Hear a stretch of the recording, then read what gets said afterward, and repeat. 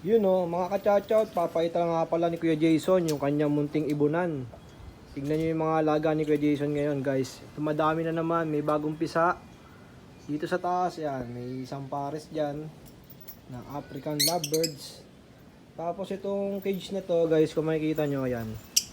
Puro anak yan ng mga pares natin dito sa baba. Yung mga pares natin dyan.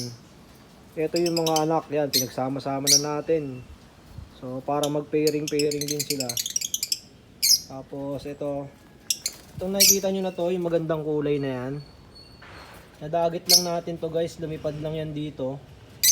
Kasi, siguro nararamdaman nila na maraming ibon dito, guys.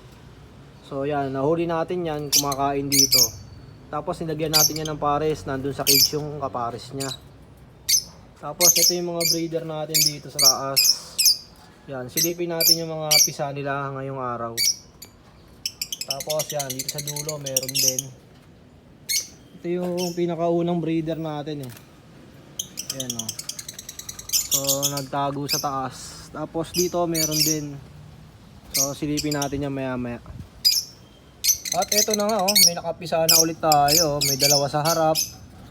Tapos doon sa dulo, ayan, medyo malaki na. Siguro ito yung pinakanauna.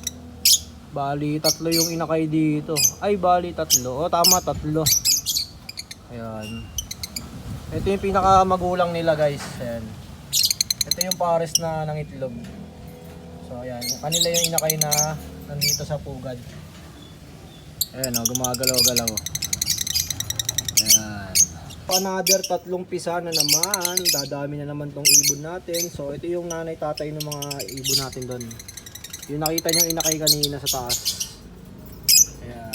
Tapos silipin natin ulit dito yung kasunod.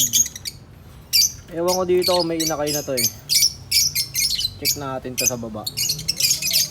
Guys, ito yung pangalawang pugad oh. May inakay ulit tayo na isa. So may isang napisa na. Tapos may tatlong itlog pa dyan. So sana mapisa din tong tatlo. Ayan. Alisin na agad natin, baka mabulabog pa sila. Ito pala yung pares ng may inakay yan. Ito dalawa. Ito yung nanay-tatay ng mga inakay natin. So sana mapisa pa nila yung tatlo para dumami pa ulit to. Ayan. May napisa na isa. So yun o. Nung nagsimula nga pala tayo mag-ibon, nag-alaga lang tayo ng dalawang pares.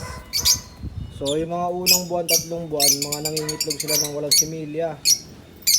Normal pala yung ganong time na nangingitlog sila ng walang similya. Tapos yan, wag lang talaga tayo maiinip. Tignan nyo naman, dumadami na sila. Once kasi nangangitlog na sila, nakapagpapisa na sila, yan, tuloy-tuloy na yung mga pangingitlog nila. Tapos matik, nakapagpapisa na sila ng maganda. So yan, dumadami na rin yung mga ibon natin. Kailangan na natin ng cage ulit. So yan, dito para mag-pairing-pairing sila, guys. Dito sa taas, hindi natin nasilip kung may itlog. So, silipin na lang natin yan sa susunod na video natin. So, yun lang, no? Pinakita lang ni Kuya Jason yung kanyang mga ibon. Share lang natin itong mga ibon natin dito. Siyempre, shoutout nga pala sa mga sellers sa Bukawi at Pateros. This Friday, pupunta tayo dun. So, yun, no? Possible mag-handfeed tayo. Project tayo ng isang African na handfeed. So, antay lang natin na makilaki ng konti para mas buhay na pag hinanpid natin. Bablog natin yon guys, yung pag handfeed natin nito.